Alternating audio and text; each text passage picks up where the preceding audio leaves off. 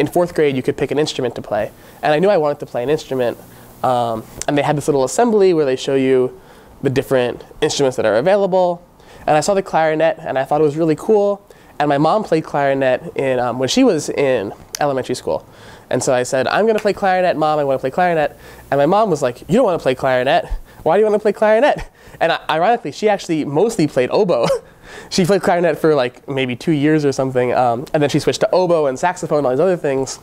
And so she was like, don't you want to play saxophone? Think saxophone. And she did this like little air saxophone thing. And I'm like, no, I want to play clarinet because you played clarinet. I was like fixed on it.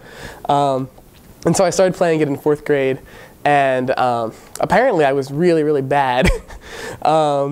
There was like the fourth, and there's like the honors band and the regular band, and I was in the regular band. And in middle school, I was like sitting, I think it was like, 5th or 6th chair or something. I took lessons with this really nice woman, Mrs. Morrison, who one of my friends in middle school recommended. And she mostly played euphonium. She wasn't really a clarinetist, but she knew every instrument. And so she taught me, and then after a few years, I got to the point where she felt that I was beyond her level. And so I got another teacher, Kenneth Ellison, who teaches at Westminster, who's he's a clarinetist, and he's a really, really good clarinetist at that. And then, once I got up to 8th grade and 9th grade, I started getting to the region bands, the all-state bands. I became like, 1st and 2nd chair in the higher bands.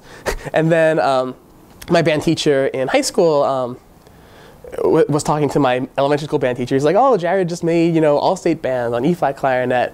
And my elementary school teacher was like, what? Jared? How is that possible? He was so bad. I don't know. It's something about clarinet that I think I just really connect to. In the band world, they always say that instruments have different personalities. The trumpets are kind of like the guys who are too cool for the band and just kind of like, really brash, really kind of arrogant. And the clarinet kind of stereotype is sort of like this sort of kind of meek, quiet person.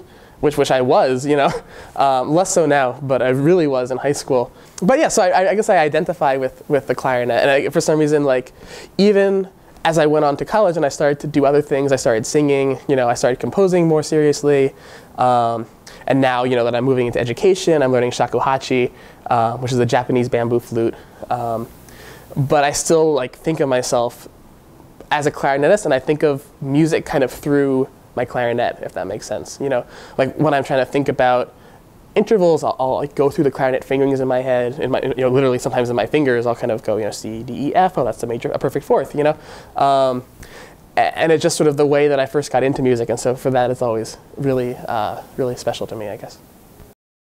They always ask, like, how long have you been playing for? And I have to think, wow, now it's like 14 years or something. It seems like ridiculous. I've been playing it for longer than I haven't been playing it, and it's only going to get more so as I continue to age. So it really is like, and I've gone through like, I started with a basic, I think it was a Selmer plastic model, which I still have. And then I got, my parents got me a nicer one for my bar mitzvah.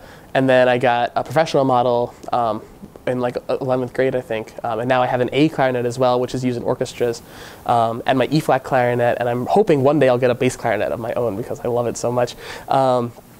But yeah, it's just always been a part of my life. And even though I don't practice as much as I want to, because I tend to try to spread myself too thinly, it seems like, every time I do, it just seems so relaxing and so comforting, I think a lot of times as a composer, at least for me as a composer, music becomes very academic and very, very internal, very thoughtful.